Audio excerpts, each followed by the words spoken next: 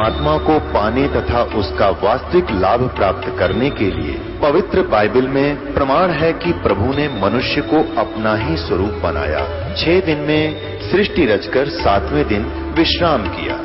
कुरान शरीफ में प्रमाण है कि हजरत मोहम्मद को खुदा स्वयं कह रहे हैं कि मैंने तुम्हें उस परमात्मा की महिमा बताने के लिए भेजा है।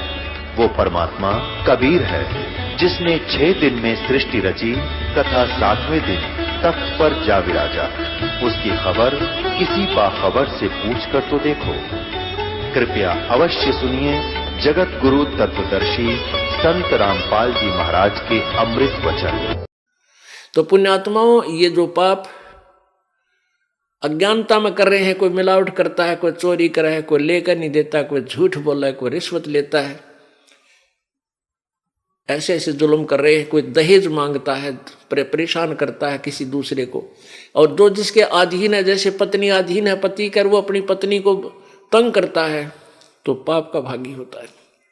ऐसे ही जो जिसके अधीन है, वो तगड़ा आदमी अपने से नीचे वालों को परेशान करता है, उसको बहुत बुरा हाल होता है। तो फिर हमने डर लगेगा कि आत्मा परमात्मा की है और इनको हम दुखी करेंगे तो प्रभु हमसे नाराज हो जाएगा, क्योंकि उसके बालक हैं ये उस धनी के बच्चे हैं। धनी के बच्चों को कोई तंग करता है तो उसकी फिर शात आया करे, उसकी खूब पिटाई करता है वो, तो फिर हमने डर लगेगा, फिर हम गलती नहीं करेंगे।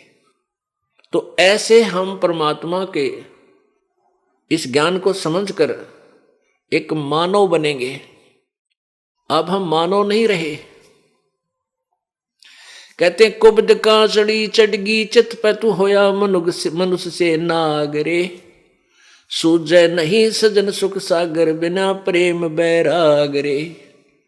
कुब्द कांचड़ी यानी ये कुमत रूपी कांचड़ी आपके ऊपर चढ़ गई है। मनुष्य के स्थान पर नाग बन गए, काग बन गए। जैसे काग क्या करता है, कौवा क्या करता है कि गधा जिसकी कमर टूटी हुई होती है, सारा दिन कार्य करने से जख्म बन जाते हैं कमर पर, पीठ पर, और जब वो जाता है बाहर चरने के लिए चारा, तो कौवा काग उसकी कमर पर बैठकर उस जख्म में चोंच मार के मांस खाता है। पुण्यात्माओं, आपके कोई खरोंच आ जावे और खरोंच के ऊपर कपड़ा भी लग जाओ तो आंखों में से पानी आओ, इतनी पीड़ा होती है। और उस गधे की पीठ पर कौवा बैठकर मांस नोचता है, वो कितना दुख दे रहा है अपने स्वार्थ में उस आत्मा को। ऐसे ही जो दुष्ट आत्मा दूसरों को सताते हैं, कोई चोरी करता है, कोई ठगी करता है, कोई रिश्वत लेता है, या वैसे दबाव बनाता है, मानसिक परेशानी पैदा करता है, गालियां देता है, बुरा बोलता है, बहन बेटी को तकता है, बोल रहा था लड़ने को तैयार होता है, ऐसी दुष्ट आत्माएं कहते तू होया मनुष्य नागरे। अब नाग बन गया, काग की तरह जुल्म करने लग गया, इंसान नहीं रहा। तो इस तत्व ज्ञान से हम वास्तव में मनुष्य बनेंगे, और मनुष्य से फिर देवता बनेंगे, और देवता बनकर हम सतलोक जाएंगे। देव का अर्थ होता है अच्छी आत्मा, क्योंकि सतलोक के अंदर अच्छी आत्मा ही जा सकेंगी, जिनमें दया होगी, पापों से डरने वाले होंगे, प्रभु पर विश्वास करेंगे। जो जो शरण कबीर की ये तिरगे अंत अपार, दादू गुण के ताक हूं कहतन आवे पार। अब कलयुग के लास्ट में कृत घनी लोग हो जाएंगे, कोई मर्यादा नहीं रहेगी, छोटी आयु हो जाएगी, छोटा कद होगा। कलयुग के अंत में इस मानव की 20 वर्ष की उम्र होगी। 20 वर्ष में ये पैदा भी हो लेगा, जवान भी, युवा भी हो लेगा, बच्चे भी पैदा कर लेगा और मर भी लेगा। वैसे तो 15 वर्ष की रहेगी, क्योंकि 20 तो कोई एक आधा, 20 वर्ष तक तो कोई एक आधा मनुष्य जिया करेगा। जैसे आजकल लोग 100 वर्ष का हो गया वो फलाना, नहीं तो 80-90 में सबकी टिकट कट लेती है, सभी मृत्यु को प्राप्त हो जाते हैं। उस समय फिर 15 वर्ष की उम्र में तकरीबन मर लिया करेंगे। और कद कितना होगा, ये गेठ जो है इसने 2 गेठ का, यानी 1.5 फुट, हद 2 फुट का। और इतनी जनसंख्या हो जाएगी, इतने कृतघ्नी लोग हो जाएंगे, कोई धर्म को नहीं जानेगा, कोई मर्यादा नहीं, कति पशुओं जैसे व्यवहार, कच्चा मांस खाने लग जाएंगे। तो उस समय ये कलयुग का अंत होगा। और 5 वर्ष की लड़की की शादी हो जा करेगी और 5 वर्ष की लड़की संतान उत्पत्ति करने लग जाएगी। उसके बाद कहते हैं, और पृथ्वी के ऊपर, पृथ्वी के 3 हाथ यानी 4.5 फुट तक, 4.5 फुट तक उपजाऊ जमीन नहीं रहेगी। 4.5 फुट तक नीचे नीचे कोई उपजाऊ अंश पृथ्वी पर नहीं रहेगा। अब आप देख रहे हो, किसान फसल तैयार करते हैं और उसमें कितना ये खाद डालते हैं। अब तो लग रहे हैं पूरी स्पीड से धन इकट्ठा करने को, लेकिन आने वाले समय में यह पृथ्वी कति बंजर हो जाएगी, इसके अंदर उपजाऊ अंश नष्ट हो जाएगा और वर्षा नहीं हुआ करेगी, क्योंकि पापी प्राणियों के लिए वर्षा नहीं होती, पुण्यकर्मी प्राणियों के भाग्य से वर्षा होती है। ऐसे घास फूस और कच्चा मांस जीव जंतु खाकर के ये प्राणी मनुष्य जीव रहा करेंगे। उसमें 10वां अवतार आवेगा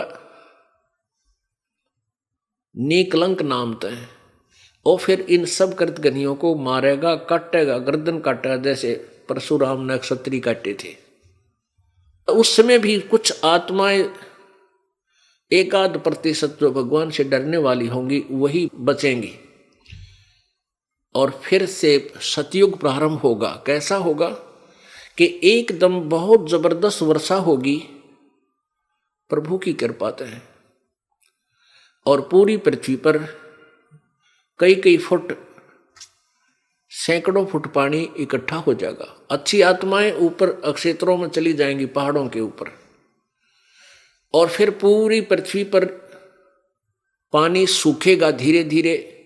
जो नीचे उपजाऊ अंश नष्ट हुआ था वो धीरे धीरे जहर, वो विष ऊपर आ जाएगा जल में, और फिर वो धीरे धीरे जब सूखेगा उसमें फिर पूरी पृथ्वी पर घास फूस, वन, ये पेड़ पौधे उग जाएंगे।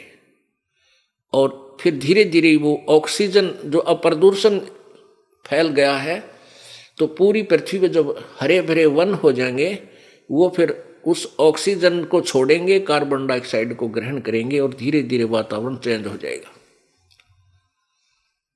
और फिर से सतयुग प्रारंभ होगा। कहने का भाव ये है सारा कि अब ये जो अब समय है, अब से पहले कलयुग में अशिक्षित थे, शिक्षा नहीं थी, और परमात्मा 600 वर्ष पहले आए थे इसी उद्देश्य से कि इन कलयुग के लोगों को, प्राणियों को कुछ झटका दिखा दूं कि भगवान इसे काम करता है। अपनी समर्थता का प्रमाण देने के लिए आए थे 600 वर्ष पहले, वह पहली पीढ़ी थी। लेकिन उस समय अशिक्षित होने के कारण इन काल के दूतों का, इन नकली गुरुओं का दाव लगा रहा। ये लगा रहा कि कबीर अशिक्षित है, ये वेदों और शास्त्रों के बारे में नहीं जानता, झूठ बोलता है, ब्रह्मा विष्णु महेश अजरो अमर है। वो कहता है अजरो अमर नहीं है, इनके माता पिता हैं, इनका जन्म मृत्यु होता है। ये कबीर झूठ बोलता है। कबीर जी के बारे में ऐसी धारणा उन अज्ञानी ऋषियों, गुरुओं ने, हिंदू गुरुओं ने फैला दी, और आम जनता ने यह मान ली सच्ची, सच्चा मान लिया कि कबीर जी अशिक्षित है, और हमारे गुरु जी, ब्राह्मण ऋषि, महर्षि जी, ये संस्कृत के जानने वाले हैं, इन्होंने सदग्रंथों को पढ़ा हुआ है, और कबीर जी अशिक्षित हैं, इसलिए ये झूठ बोल रहे होंगे, ये तो मानना पड़ेगा। अब जो परमात्मा 600 वर्ष पहले बताया करते कि ब्रह्मा विष्णु महेश के माता पिता हैं, इनकी जन्म मृत्यु होती है, ये समर्थ शक्ति नहीं है, जैसा कि आपको सुबह के सत्संग में प्रत्यक्ष कराया था। श्री देवी पुराण गीता प्रेस गोरखपुर से प्रकाशित पृष्ठ नंबर 123 तीसरा सकंद, उसमें स्वयं विष्णु जी कह रहे हैं अपनी माता दुर्गा के विषय में कि तुम शुद्ध स्वरूपा हो और तुम्ही से सारा जगत उद्भासित हो रहा है। मैं ब्रह्मा और शंकर आप ही कृपा से विद्यमान है। हमारा जन्म आविर्भाव और तिरोभाव, जन्म और मृत्यु होता है। हम अविनाशी नहीं है, तू ही अविनाशी है। भगवान शंकर कहता है कि जब भगवान ब्रह्मा जी आपसे उत्पन्न हुए हैं, उसके बाद विष्णु जी भी आपके ही बालक हुए, फिर मैं भी तमोगुणी लीला करने वाला शंकर के आपकी संतान नहीं हुआ, अर्थात मैं भी आप ही का बच्चा हूं। और परमात्मा ने 600 वर्ष पहले यही ज्ञान दिया हुआ अपने सूक्ष्म वेद के अंदर कबीर वाणी में। तो वो थी पैरडी पीढ़ी, और जो परमात्मा की लीलाएं करता वो लीला भी करके चले गए,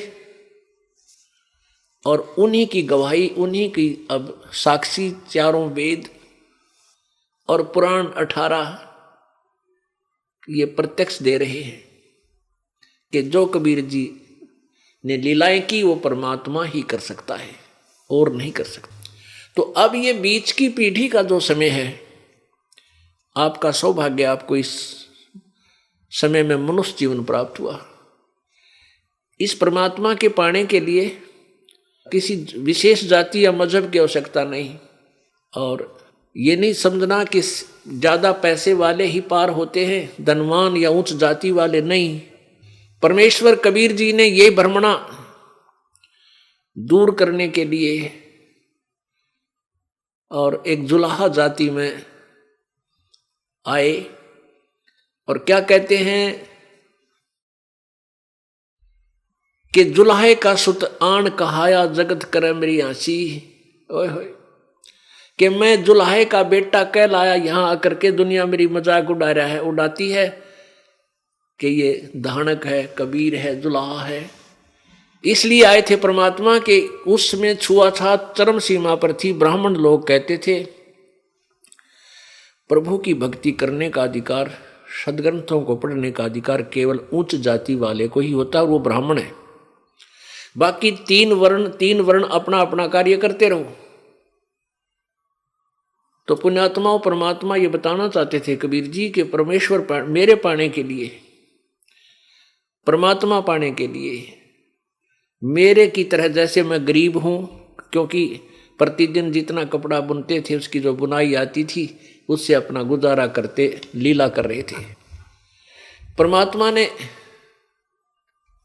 कबीर जी ने ये लीला की थी एक बिल्कुल गरीब व्यक्ति की,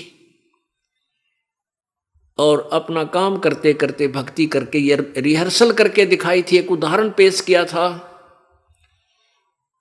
कि मेरे से गरीब तो कोई हो भी नहीं सकता, और मैंने भगवान पाया, यानी सह शरीर गए परमात्मा। अब आम व्यक्ति तो यही, भगवान तो नहीं मान रहे थे वो लोग, लेकिन इतना अवश्य मानते थे कि कबीर जी की भक्ति श्रेष्ठ है, क्योंकि वो सह शरीर चले गए। तो वो भक्ति जो करते थे, वो काम करते करते करते थे, ना घर छोड़ कर गए, ना जंगल में गए, और ना ही ब्राह्मण कुल में जन्म था, एक जुलाहे कुल में जन्म, और फिर भी पार हो गए। तो परमात्मा ने ये सब भ्रमणा मिटानी थी कि भाई परमात्मा पाने के लिए मनुष्य शरीर हो और पूर्ण संत मिल जावे, और भक्ति डटके करना, श्रद्धा से नियम में रहना। कोई भी जाति हो, किसी मजहब का हो, गरीब हो चाहे अमीर, रंक हो चाहे राजा, मर्यादा में रहकर सारे पार हो सकते हैं। तो पुण्यात्माओं, ये सौभाग्य है आपका कि आज आपको परमात्मा ने मनुष्य शरीर दिया है, और इस दास को भेज दिया ये खजाना लेकर, ये तत्व ज्ञान रूपी खजाना आपके लिए खोल दिया प्रभु ने इस दास के द्वारा।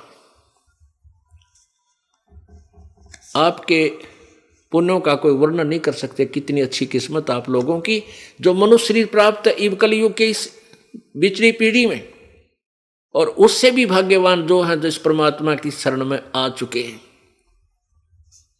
जो जितना देरी से आएगा उतना रोया करेगा बैठ के, उस बीते हुए समय को रोया करेगा बैठ के वो पात्मा, हे भगवान पहले क्यों नहीं मिले, हे परमात्मा ये बर्बाद हो गया मेरा जीवन। अब हम ये दास देख रहा है कोई 20 वर्ष से, कोई 30 वर्ष से, कोई 40 वर्ष से अन्य पंथों के पास अपना जीवन बर्बाद करके अब आते हैं, ये ज्ञान सुनते हैं, अमृत वर्षा सुनते हैं, आंखों से आंसू नहीं सूखते उन बहन भाइयों के, और रोते हैं अपनी किस्मत को, हमारा दुर्भाग्य था कि कहाँ फंस गए थे जाकर, शुक्र है काल के जाल से निकल आए, वो तो काल के दूत है।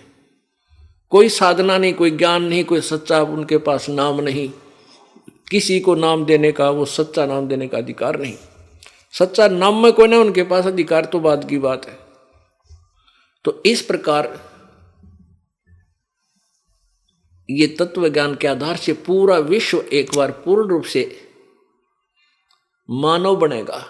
अब मानव नहीं है, मनुष्य के शरीर में कर्म सारे उल्टे किए जा रहे हैं, शराब पीवे, मांस खावे, अरे हुक्का पाड़े, ताश खेलें, जुआ खेलें, रिश्वत लुटे, माड़ी सी बात के ऊपर लट्ठम लट्टा भुंडे बोले, बहन बेटियां भुंडी तकें, शराब पी के गली में खड़ा होकर नंगे नाचे, बहन बेटियां भी डांस करती हैं, आदमी नाचे इन डीजे बजा के ब्याह शादियों में, कुछ खुशी हो जाए, अरे थारा गजब होइयो, नाच जाइयो, सारे नाचे, बाप नाचे, बेटी नाचे, हर पता फेरने हो कि ये मनुष्य है, ये मनुष्यों के काम होया करे, कोई शर्म लाज कति खत्म कर दी।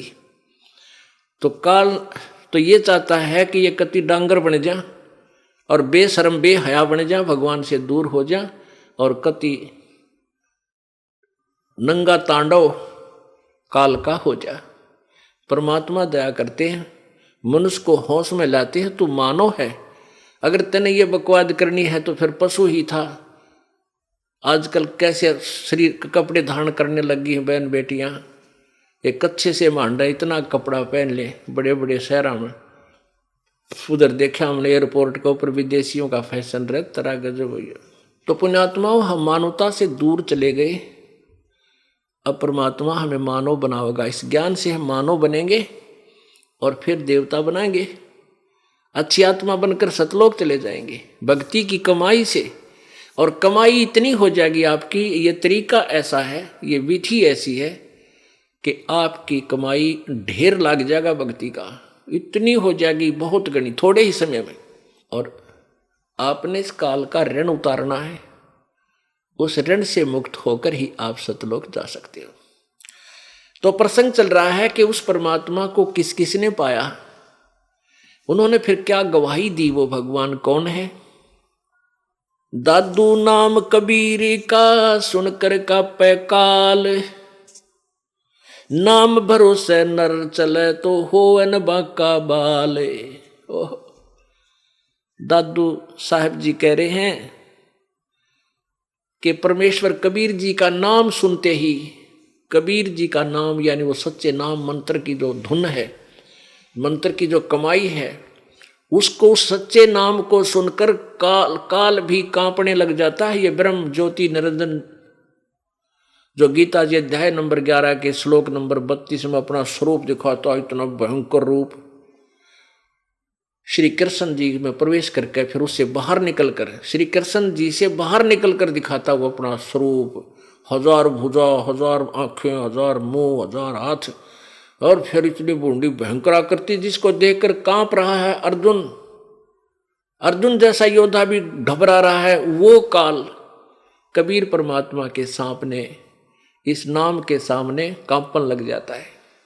और कहते हैं जो पुण्यात्मा प्रभु के सच्चे नाम सतनाम के सहारे चलेगी, इस सच्चे नाम को जो ये दास आपको देगा, इस नाम का भरोसा रखेगी तो उसका बाल भी बांका काल नहीं कर सकता। दादू नाम कबीर का सुनकर का पैकाल, नाम भरोसे नर चले तो होवन बांका बाल। इस नाम का पूरा भरोसा रख, विश्वास रख, और किसी की बात मां के नाम खंड मत कर देना। कबीर करता आप है दूजा ना कोई, दादू पूर्ण जगत को भक्ति दृढ़ावत सोए। दादू साहब कह रहे हैं कि कबीर करता आप है, वो आप ही करतार है, सारी सृष्टि का रचने वाला है। और कोई नहीं है, दूजा नहीं कोई। और दादू पूर्ण जगत को सत भक्ति दृढ़ावत सोई, यानी सच्चा ज्ञान वो कबीर परमात्मा ही आकर बताता है पूरे विश्व को। ठेका पूरा होवे जब सब कोई तजय शरीर, दादू काल गंजय नहीं जपे जो नाम कबीर। समय आने पर सबने शरीर छोड़ना पड़ेगा। ठेका पूरा होवे जब सब कोई तजय शरीर, क्योंकि ये ठेका हमारा, यानी जितना समय आपका वहां डिपॉजिट है, आपके पुण्य उसके आधार से आपको श्वास गिन के दे रखे, और जब ये पूरे हो जाएंगे आपको जाना पड़ेगा। फिर दादू साहब कहते हैं कि जो सच्चे नाम से जुड़ा हुआ है उसको काल नहीं पकड़ सकता, उसको काल नहीं कैच कर सकता।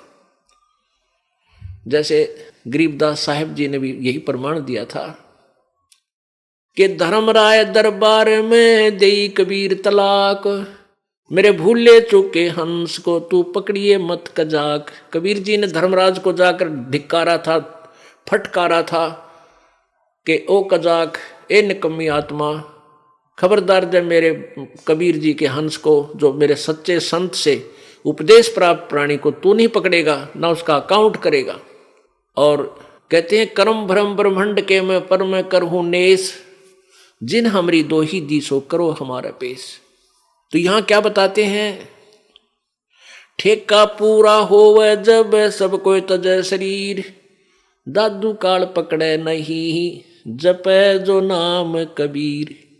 कबीर परमेश्वर की महिमा से परिचित है, जो सच्चे नाम का जाप करता है उसको काल नहीं रोक सकता, उसको पकड़ नहीं सकता। आदमी की आयु घटे तब यम घेरे आए, सुवर्ण किया कबीर का दादू लिया बचाए। जो सत भक्ति नहीं करते, आन उपासना करते हैं, या भक्ति बिल्कुल नहीं करते, घूटी सूटी लाते हैं, हुक्का पाड़े, तमाकू पीवें, खावें, भांग पीवें, जब वो मृत्यु होगी तो उनको यम के दूत आकर पकड़ लेंगे। और जो परमात्मा की भक्ति करते हैं उनके निकट यम के दूत नहीं आ सकते। कबीर जी की जो भक्ति करते हैं सच्चे नाम के आधार से, यथार्थ मंत्र से। मेट दिया अपराध सब आ मिले छनमाही, दादू संग ले चले वो कबीर चरण की छाही। अब जैसे गरीबदास जी ने बताया कि परमेश्वर कबीर जी ने कहा थे, कर्म भ्रम ब्रह्मंड के मैं पल में करहूं नेश, नष्ट कर दूंगा, ऐसे मार दूंगा, यानी सारे अपराधों का नाश कर दूंगा मेरी प्यारी आत्मा का।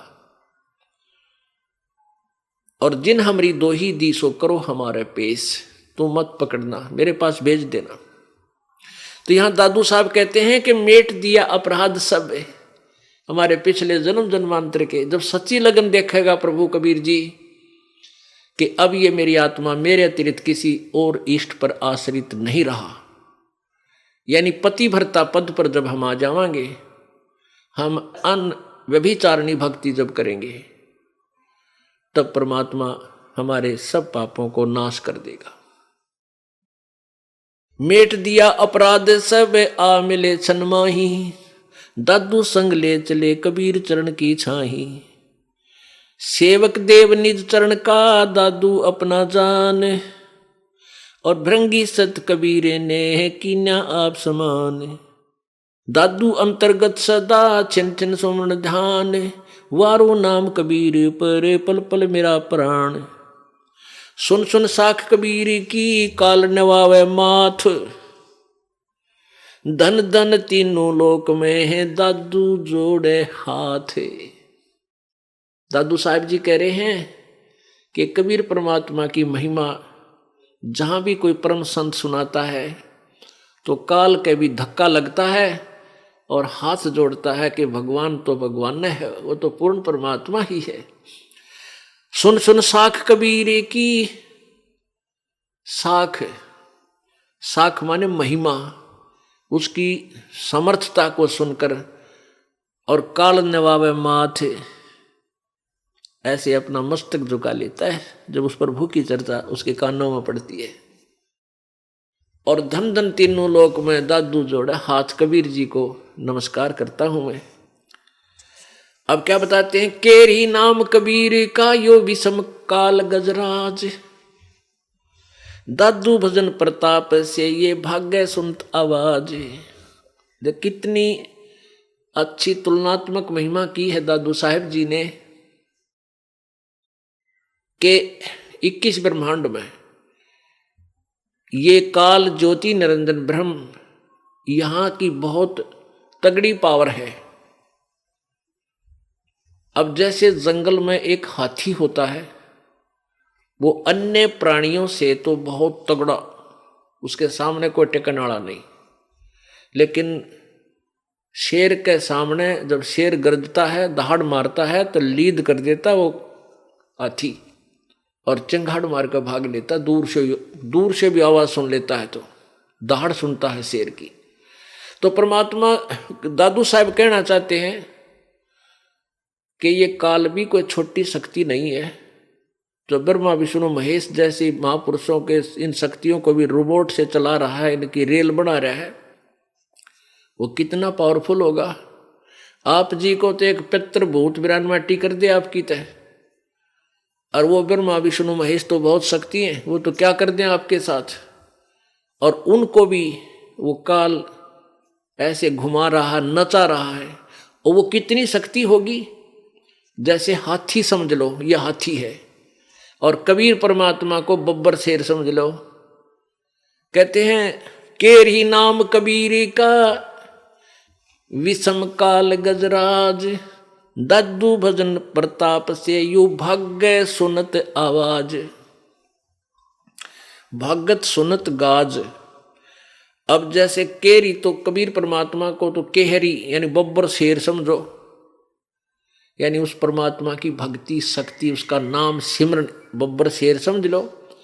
और काल को समझ लो हाथी गजराज। गजराज माने हाथियों में भी तगड़ा हाथी, उनका सरदार, उनका मुखिया। और नाम की इस कबीर परमात्मा की भक्ति का आगे वो इन्हों डांक ठोक दे, भाग जाता, दौड़ जाता है, दूर हो जाता है। केरी नाम कबीरी का विषम काल गजराज, दादू भजन प्रताप से ये भाग्य सुनत आवाज। एक पल नाम कबीरे का दादू मन चित लाए, अष्टि के असवारे को स्वान काल नहीं खावे। अब किसी तुलना की है अपने परम पिता परमात्मा कबीर जी की शक्ति की, कि जो प्यारी आत्मा, जो पुण्यात्मा परमात्मा कबीर जी की शरण में आगे हैं पूर्ण संत के द्वारा। वैसे नहीं कबीर पंथी कर ना जाने कितने, उनका नहीं कोई, उनको वहां वो कबीर पंथी नहीं है, वो कबीर जी की शरण नहीं है, क्योंकि उनके पास वो मंत्र नहीं है जिससे काल डरे। इस पृथ्वी पर वर्तमान में इस दास के अतिरिक्त किसी के पास अधिकार नहीं है ये सच्चा नाम देने का, सत्य नाम देने का और सार नाम देने का। और ये ज्ञान किसी के पास नहीं है, ना कबीर पंथियों के पास है, औरों के पास तो होगा ही कहां। तो इसके अतिरिक्त किसी के पास भी ये नाम नहीं। तो इस नाम की कितनी महिमा है। जिसने परमात्मा कबीर जी का सच्चा नाम ले लिया इस दास के द्वारा, तो वो कितना काल की पहुंच से कितना दूर हो जाता है, कितना ऊपर उठ जाता है। जैसे हाथी के ऊपर बैठे किसी व्यक्ति को और कुत्ता हानि नहीं पहुंचा सकता, हाथी पर बैठे हुए व्यक्ति को कुत्ता श्वान कुछ भी हानि नहीं कर सकता, वो चाहे बेशक भौंकता रहे। तो पुण्यात्माओं, आप जी जो परमेश्वर कबीर जी की शरण में आगे हो, आप समझ लो हाथी पर बैठ गए और काल की पहुंच से कितना दूर हो गए। काल को कुत्ते की श्वान की संज्ञा दी है, फिर अब समझ लो कि श्वान, काल तो श्वान है, हाथ कुत्ता है, और आप हाथी पर बैठ गए। ये आपका कुछ नहीं बिगाड़ सकता। हाँ, यदि आप ही हाथी से नीचे उतर जाओगे तो पिंडी पाट देगा आपकी जाति। हाथी से उतरने का अर्थ है कि आपने यदि नाम तोड़ दिया, नाम टूट गया, तो परमात्मा की ओट हट गई, वो शरण थी, वो आड़ थी, जो सहारा था, मालिक ने वापस ले लिया। फिर तो काल आप पर खाओगा। तो इसलिए परमात्मा को हमने समझना है और उसके ज्ञान के आधार से हमने चलना है। पल एक नाम कबीर का दादू मन चितलावे, हाथी के असवार को स्वान काल नहीं खाए। सुमरत नाम कबीर का कटे काल की पीर, दादू दिन दिन ऊंचा होवे है परमानंद सुख सीर। परमात्मा के कबीर जी के सच्चे नाम का जाप करने से कटे काल की पीड़, ये काल के द्वारा दी गई यातनाएं जो दुख आपको दिए जा रही हैं सब समाप्त हो जाएंगे। और दादू पल दिन दिन ऊंचे होए, यानी प्रतिदिन आप की भक्ति बढ़ती चली जाएगी और आपका उत्थान होने लग जाएगा, आपके संकट कटने लग जाएंगे। और फिर परमानंद सुखसीर, परमानंद यानी सबसे श्रेष्ठ आनंद सतलोक में आपका सीर होगा। सीर माने वहां आपका स्थान होगा, आपका हिस्सा होगा, आपका भाग होगा, पार्ट होगा, आपका वहां पर स्थान बन जाएगा, उसमें आपका सीर हो जाएगा, आपका पार्टनरशिप हो जाएगी, यानी आप वहां के भागीदार हो जाओगे, सतलोक के सुख के भागी हो जाओगे, सतलोक चले जाओगे। आगे कितनी प्यारी व्याख्या की है आदरणीय दादू साहिब जी ने परमात्मा की। और संत सब कूप है और केते झरीता नीरे, दादू अगम अपार है ये दरिया सत्य कबीरी। ओह, कहते हैं कई क्या कहते हैं भक्तजन कि एक हमारे गांव में एक संत था, उसने ऐसा चमत्कार कर दिया, हमारे वहां एक बाबा जी था, उसने ऐसा कर दिया। और कहते हैं उन्होंने ऐसा चमत्कार कर दिया। तो उसके विषय में क्या बताते हैं कि जैसे भगवान विष्णु जी, भगवान शिव जी, श्री राम जी, श्री कृष्ण जी, ये भी राम हैं, ये भी साहब हैं, ये भी शक्ति युक्त हैं, ये भी मालिक हैं कुछ क्षेत्र के, और इनमें भी शक्ति है मिलती जुलती भगवान वाली। अब जैसे भगवान श्री कृष्ण जी अर्थात विष्णु जी ने राजा मोरध्वज का पुत्र ताम्रध्वज को आरे से चरवा कर बीचों बीच कटवा दिया, लड़का मर गया ताम्रध्वज, और फिर जीवित कर दिया। अब ये शक्ति उनमें भी है, लेकिन श्री कृष्ण जी अपने सगे भाणजे अभिमन्यु को जीवित नहीं कर सके, जो कि महाभारत के युद्ध में प्रथम दिन मृत्यु को प्राप्त हो गया और पांडवों का कुल नाश हुआ था। और श्री कृष्ण की बहन सुभद्रा का वो पुत्र था, अर्जुन का बेटा, श्री कृष्ण का सगा भांजा, और नहीं जीवित कर सके क्योंकि अभिमन्यु का जीवन शेष नहीं था, उसका इतना ही जीवन था, इतनी श्वास थे। और मोरध्वज के पुत्र ताम्रध्वज का जीवन शेष था, श्वास शेष थे, आयु शेष थी, इसलिए वो उसको जीवित कर सके। अब ऐसे तुलना कर रहे हैं दादू साहेब। और संत सब कूप हैं केते झरीता नीर, दादू अगम अपार है ये दरिया सत्य कबीर। जैसे कुछ तो ऐसे संत समझो थोड़ी बहुत राहत देते हैं, जैसे कुआं होता है, वो कुआं एक परिवार का काम चला सकता है, 2 परिवारों का काम चला सकता है सिंचाई में, जैसे ट्यूबवेल लगा लिया या वैसे।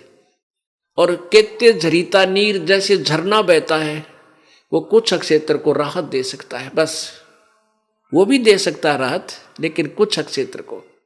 और दादू अगम अपारे है ये दरिया सत्य कबीरी। ओह, अब कबीर जी की अक्षमता समर्थता बता रहे हैं कि कबीर जी को समझो दरिया है, उसमें से अन्य नहर भी निकाल लो, पानी पी भी लो, और सिंचाई भी कर लो, और तो भी उसका अंत नहीं आता। तो ऐसे समर्थ ये कबीर जी हैं। अपने आत्मा जब ये पता चलेगा कि कौन परमात्मा कितनी अक्षमता का है, तो उसमें हम अपने आप ही उस परम पिता परमात्मा की तरफ आकर्षित हो जाएंगे, जो सर्व सुखदाई है, अजरो अमर है, जहां जाने के बाद हम कभी मृत्यु को प्राप्त नहीं होंगे। पुण्यात्माओं, इस ज्ञान से आपको, जो ये तत्व ज्ञान आपको दिया जा रहा है, इसको ध्यान पूर्वक सुनो। आप पुण्यात्माओं विचार करो, आपको ऐसा ज्ञान दिया जा रहा है, इस ज्ञान के आधार से आप अपने आप सेट हो जाओगे, हमने कौन से भगवान की भक्ति करनी चाहिए। अब जैसे गीता जी अध्याय नंबर 2 के श्लोक नंबर 46 में कहा है कि अर्जुन, बहुत बड़े जलाशय की प्राप्ति के उपरांत छोटे जलाशय में जैसी आस्था रह जाती है, ऐसी ही श्रद्धा पूर्ण परमात्मा की महिमा से परिचित हो जाने के बाद अन्य ज्ञानों में, अन्य भगवानों में तेरी रह जाएगी। पुण्यात्माओं, जैसे पहले पुराने समय में जब ये गीता जी का ज्ञान दिया जा रहा था, उसमें तालाबों के ऊपर ही मानव आश्रित थे, तालाबों से ही सिंचाई करते थे, तालाब से ही पानी पीते थे, उसी से पशु पालन करते थे। एक तालाब ऐसा होता है जो 1 वर्ष वर्षा ना हो तो सूख जाता है, और उस पर आश्रित जितने भी प्राणी थे वो सभी मर जाते हैं, भूखे प्यासे नष्ट हो जाते हैं। और जो व्यक्ति ऐसे तालाबों पर आश्रित हैं, जिन वर्षा हो जाती है, उनमें पानी आसपास के ऊंचे क्षेत्रों का आके वो भर जाता है, 1 वर्ष काम चलाऊ सरकार वो काम चला देती है। और उस व्यक्ति को कोई इतना बड़ा सरोवर मिल जा, इतना बहुत बड़ा जलाशय मिल जावे, जिसमें 10 वर्ष वर्षा ना हो तो भी उसके पानी का समाप्ति नहीं हो, जल समाप्त ना हो, तो कहते हैं उस व्यक्ति की आस्था जो उस बहुत बड़े जलाशय की प्राप्ति के उपरांत उस छोटे जलाशय में रह जाती है, कितनी रह जाती है? वो छोटा जलाशय उसको बुरा नहीं लगता, क्योंकि वो उसमें भी जल है पर काम चलाऊ है। और इतना बड़ा जलाशय, इतना बड़ा जोड़ मिल जा, झील मिल जावे, तो उसके किनारे जा बैठेगा, फिर वो छोटे जलाशय को त्याग देगा, क्यों? तो काम चलाऊ है, आप भी सूखकर हम भी मरेंगे इसकी शरण लेकर। तो इस प्रकार जब आपको पूर्ण परमात्मा कबीर जी की अक्षमता का पता लग जाएगा, ये कितने समर्थ हैं, इनसे हमें क्या सुख होगा, और ब्रह्मा विष्णु महेश और ब्रह्म और परब्रह्म से हमें क्या लाभ हो सकता है, कितना ये हमें राहत दे सकते हैं। और जब ये पूर्ण ज्ञान आपको हो जाएगा, सबकी सतीथि से आप परिचित हो जाओगे, फिर अपने आप आपकी आस्था कबीर परमात्मा में उस बहुत बड़े जलाशय की तरह आप पे चिपक जाएगी। ब्रह्मा विष्णु महेश हमने बुरे नहीं लगेंगे, ब्रह्म परब्रह्म बुरे नहीं है, क्योंकि उनमें भी कुछ गुण है। जैसे छोटे जोड़ में तालाब में पानी था, वो भी काम चला दे, लेकिन उस सरोवर के बराबर नहीं है, उस झील के तुलना में नहीं है। फिर उसी पर जाकर रुक जाएंगे, उस तालाब की तरफ झांका भी को नहीं, आकर देखें भी नहीं वहां आकर के, उसके किनारे जा बैठेगा, क्योंकि पहले ऐसे ही बसा करते थे उस समय की। तो एक उदाहरण हमने लेना है। तो उसी तरह दादू साहब कह रहे हैं, और संत सब कूप हैं केते झरिता नीर, दादू अगम अपारे है दरिया सत कबीर। ओह, अब कुछ संत तो कुएं समझ लो, उनमें भी थोड़ी बहुत काम चलाओ राहत वो दे देते हैं, और कुछ झरिता नीर यानी झरने, जो पानी ऊपर पर्वत पहाड़ा में तो फूट फाट का जा, थोड़ा बहुत नाला बनकर चल पड़ा आगे जाकर, वो भी कुछ काम सहारा दे देता है। और दादू अगम अपार है यो दरिया सत कबीर। ओहो, अब अपने भगवान को, कबीर जी को आप आपस समझ जाओगे, ये कितना समर्थ है। अब ही यानी इसी जन्म में तेरी सब मिटे, अब ही तेरी सब मिटे ये जन्म मरण की पीरी, श्वास उ श्वास सुमर ले दादू नाम कबीर। इसी जन्म में, इसी जीवन में, आपके इस मनुष्य जीवन में सच्चा गुरु मिलते ही सच्ची भक्ति करेगा तू, इस जन्म में तेरी जन्म मृत्यु का युग दुख समाप्त हो जाएगा। उस कबीर परमात्मा के द्वारा दिए गए सच्चे नाम का श्वास उस श्वास से तू नाम जाप करता रहिए। कोई सरगुण में रीझ रहा, कोई निर्गुण ठहरावे, दादू गत कबीरी की मुझसे कहीं ना जावे। कोई तो निर्गुण बतावे, कोई सरगुण, कहते ही नमराजी हो रहे हैं। और उस परमात्मा की महिमा तो मैं बोल भी नहीं सकता, यानी निर्गुण सरगुण और सब कुछ उसी की सत्ता है, उसी की कृपा है, वही समझा सकता है, उसकी महिमा हम नहीं गा सकते।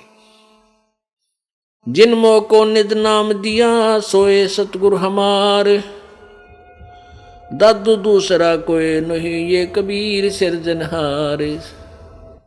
पुण्यात्माओं, पवित्र चारों धर्मों के पवित्र सदग्रंथों ने आपके समक्ष पहले सत्संग में प्रमाणित कर दिया गया आपको कि परमात्मा मनुष्य जैसा है, सह शरीर है, उसका नाम कबीर है।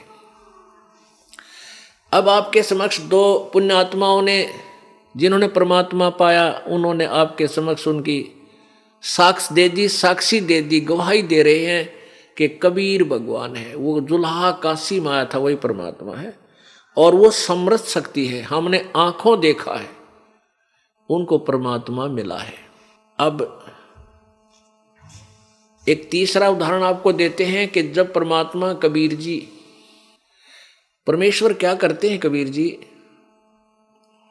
एक युग में, जैसे सतयुग, त्रेता, द्वापर और कलयुग में, प्रत्येक युग में एक जीवन तो ऐसा जीते हैं, पूरी लीला करते हैं, बालक रूप धारण करते हैं, फिर धीरे धीरे बड़े होते हैं, फिर अपना पूरा ज्ञान प्रचार करके लिपिबद्ध करवा के फिर वो अंतर्ध्यान हो जाते हैं, सहस्री चले जाते हैं। वो नाम उनका पूरे उस युग में चलता है, उसी नाम से उनकी महिमा गाई जाती है।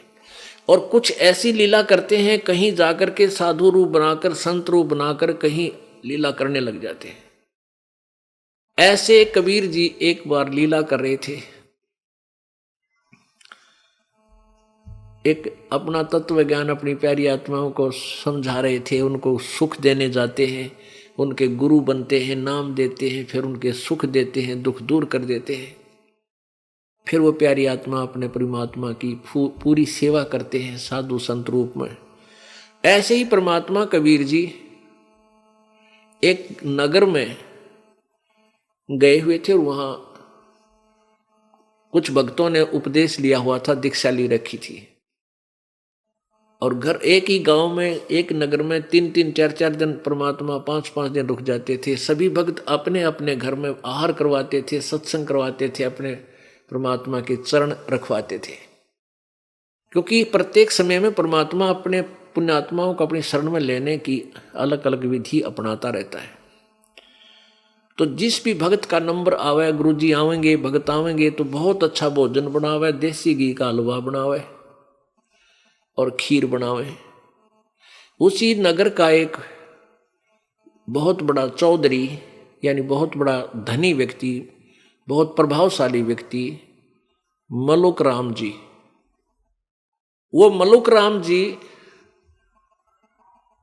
जब सुबह फ्रेश होने के लिए सैर सपट्टे को जाता और वापस आता, तो वापस आता तब उसने क्या देखता कि किसी ना किसी घर में हलवा बनाने की महक उठ रही होती है। हलवे की महक बहुत गजब की, वह दूर तक जाया करे। तो वो देखता भाई आज इस घर में हलवे की महक उठी थी, कल दूसरे में, परसों तीसरे में ऐसे हो रही। उसने पूछा किसी से, भाई ये क्या क्या कारण है, ये इन घरों में इसी के खुशी मनाई जा रही है, रोज हलवे बने देसी घी का। तो किसी ने बताया कि इनके गुरुजी आए हुए हैं, उसकी खातिरदारी में, उनकी सेवा में ये ऐसा कर रहे हैं।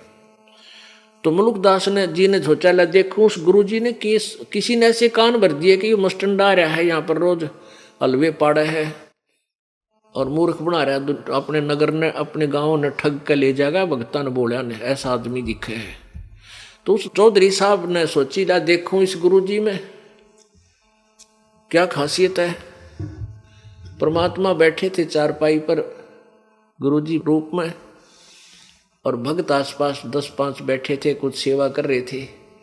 अब चौधरी साहब को सब जाने थे, उसकी बड़ा प्रभाव था, तो भगत जन एक तरफ हो गए, उसको आने दिया चौधरी जी को। मलुक राम जी कहने लगे, रहे कौन है तू? वो भगत बोले, जी हमारे गुरु जी है। मुल्क राम कहने लगा, तू अपना करके क्यों नहीं खाता भाई, कि मैं धंधा करया करे, अच्छा जवान दिख है, हस्त पूरा स्वस्थ शरीर तेरा, हष्ट पुष्ट है, तू काम करके खाया कर, क्यों दुनिया को गुमराह कर रहा है, क्यों ठगी करके खाता है? तो कबीर परमात्मा बोले, चौधरी साहब मेरे को परमात्मा बिना किए बिना धंधा करे दे रहा है, तो मैं क्यों करूं, मैंने क्या आवश्यकता धंधा करने की?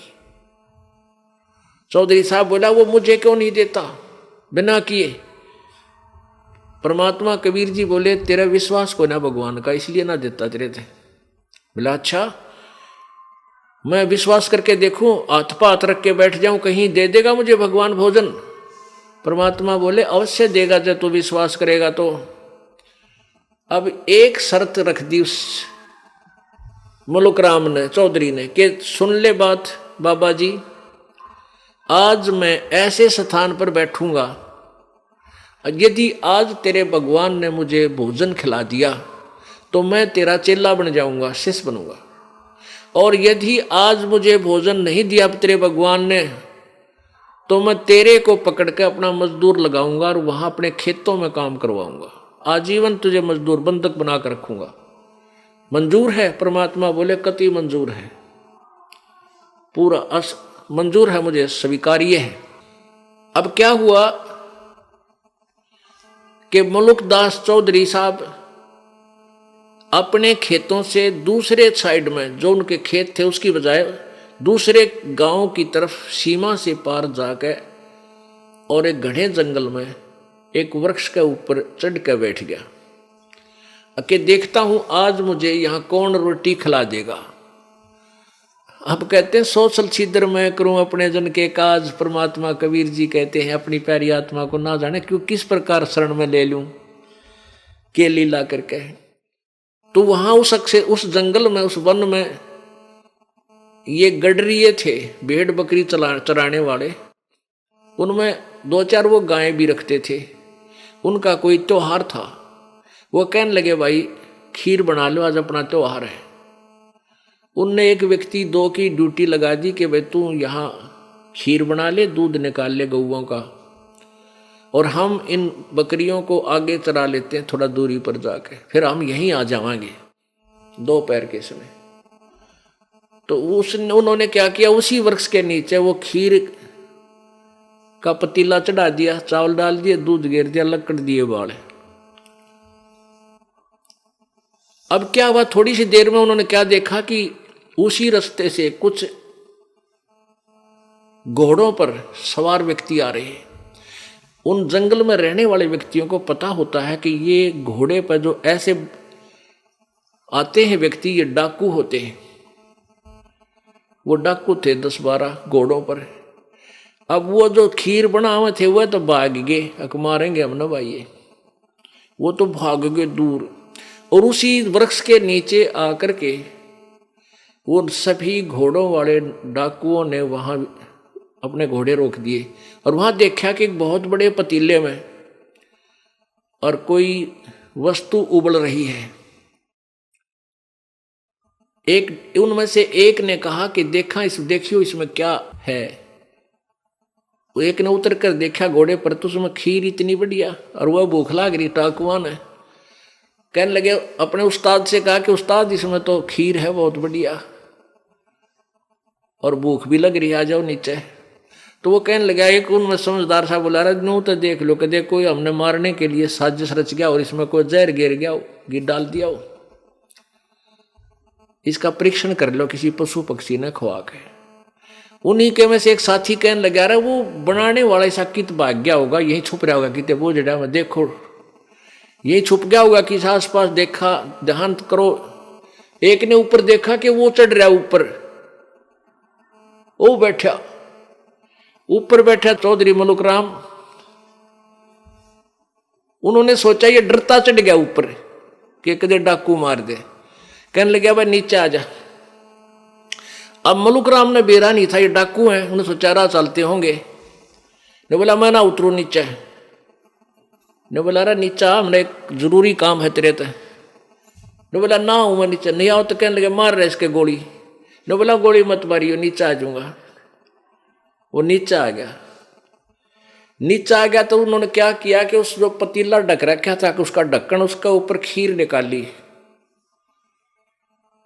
और कहने लगे ले इस खीर न खा, अब खाओगा तो यो मर लेगा जब मिला रखा होगा। तो मलुक राम कहने लगा कि ना खाऊं खीर, मैं ना खाऊं खीर। उनका पक्का विश्वास हो गया कि इस दुष्ट ने इस समय कि मैं मिला रखा है जहां तो ना खाता इसलिए नहीं खा रहा। उसका दो मारे जूत गेर के न बोले खा खीर, दे मुक्या दे लाता हूं छिड़ा पहला तय। और बोले तेने पता हम कौन है? डाकू है डाकू। अब डाकू सुनते उसका कलेजा हिल गया चौधरी साहब का, और हाथ जोड़े अंदर अंदर प्रार्थना करे। वो पिट्टे ना जब नो कहे हे महाराज जी बनाज बचा लो, आते ही आपकी शरण ग्रहण करूंगा, आपका नाम लूंगा, शायद आजीवन तेरी भक्ति करूंगा। भीतरे भीतरे पक्की आम्र वाली परमात्मा ने कूट छेद के अब उसने खीर खाई। खा खीर, अब खा और खा, कति फुल कर दिया और आध घंटा वहां बिठा कर रखा कि मरेगा तो आध घंटा मर लेगा। जब नहीं मरा उसने सारी कहानी बता दी कि तुमने तुम्हारा नाश कर दिया, मैं तो न्यू छुप कर बैठा था। आज मेरी एक बाबा जी की शर्त लाग रही थी, मैंने कुछ नहीं मिला, बनानी गए भागे। तब उन डाकुओं का पेटा भर गया कि भाई ठीक आदमी तो यो ऐसा नहीं था। उनने वह खीर बाद में खाई, उसको मारी ला तक भागी दौड़ जाते यहाँ से, वो भाग गया। अब भागता सीधा अपनी जान बची, लाखों पाए, लौट के बुद्धू घर को आए। आते ही कबीर परमात्मा के पास पहुंचा और चरणों में गिर गया। कबीर जी बोले, परमात्मा बोले चौधरी साहब भगवान ने कुछ करी सेवा तेरी, कुछ भोजन आहार कराया? ने बोला जी तेरा भगवान तो मार मार खीर खिलावे है कि आपका भगवान तो पक्का है मार मार खीर खिलाता है भगवान। तो परमात्मा कहते हैं बेटा तेरा या चौंध लाग रही थी, भगवान जो चाहे सो कर सकता है। और आपने हमारा ज्ञान सुना नहीं, मैं क्या बताता हूं, मैं ये कहता हूं काम भी करो और भक्ति भी करो। भाई आप तो अपनी घिसी पिटी थूरी से सोच लेते हो कि तू मस्टंडा है बैठ कर खाता, नहीं, मेरे जितनी मेहनत तू नहीं कर सकता जो मैं कर रहा हूं। और किस मेरा क्या उद्देश्य है अब परिचित होगा। फिर चौधरी साहब ने नाम लिया और मलुक राम चौधरी से मलुक दास कहलाया, क्योंकि पहले तो आदमी जब तक भगवान से परिचित नहीं होता, ज्ञान से परिचित नहीं होता, तो सातवें आसमान पर उसकी बुद्धि रहती है। उसमें सौ विकार, अभिमान, जाति का, धन का, शक्ति का, अपनी ताकत का, पता नहीं कितने गोबर भरे रखे। और जब ज्ञान हो जाता है, जब वो जीव का जीव होता है, उसको पता है तू जीव है, तेरी कोई औकात नहीं है। मर्द गर्द में मिल गए वो रावण से रणधीर, कंस के सी चाणोरे से वो हिरणाकुश बलबीर। तेरी क्या बुनियाद है तू जीव जन्म धर लेत, गरीबदासरी नाम बिना तेरा खाली रह जा खेत।